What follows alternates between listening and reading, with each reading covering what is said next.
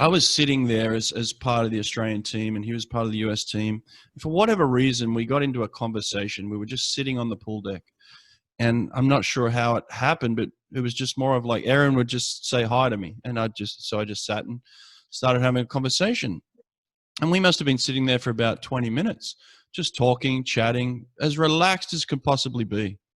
And then someone came up to him and said, "Hey, Aaron, you're up. Let's go." I was like, "Okay." And I must say, it felt like about 3 minutes, but it was probably about 10 to 15 minutes. He had gone out and won the world championship and broken the world record. And I just thought to myself, how could somebody go from where he was a minute ago to going out and conquering the world and breaking world records? It blew my mind that somebody could be that relaxed, but then that aggressive on the other end of it, to go out and do something that no one had ever done before. And that kind of just spoke to the way I always imagined or just knew Aaron Peirsol, right? Do you remember that? Do you remember that moment at all?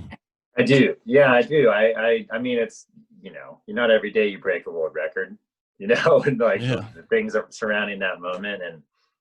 And I think,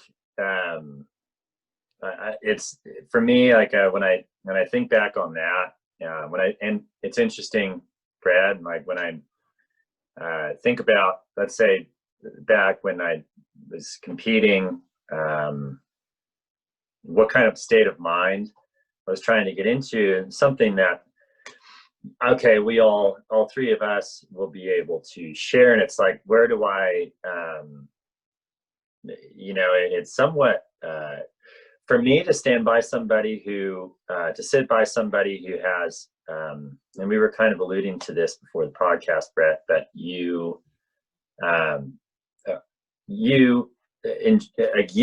coming from your background, where you're from, have a really, like, a more like common sensibility towards how I grew up, in a sense. Yeah. And like our relationship with, like, what our relationship with swimming, but also like the greater, just being like a lifestyle, like growing up around the water, and how much, and just the kind of rounded nature of it, and very similar to like how Jack and I connect. So sitting down and talking with you is grounding, because we're not talking about swimming in a pool. Like, we have other stuff that we can like relate to.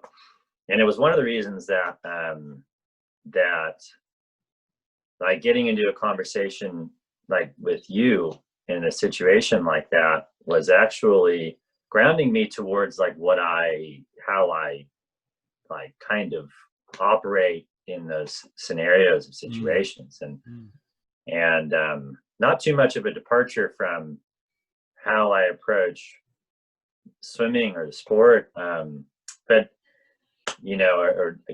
but at the same time, like, actually like very integral to like a larger sense of like I felt like I was grounded more towards something that, like, I don't know, like, for lack of a better way to put it, like, being around somebody who understands like an ocean or something like that. Yeah.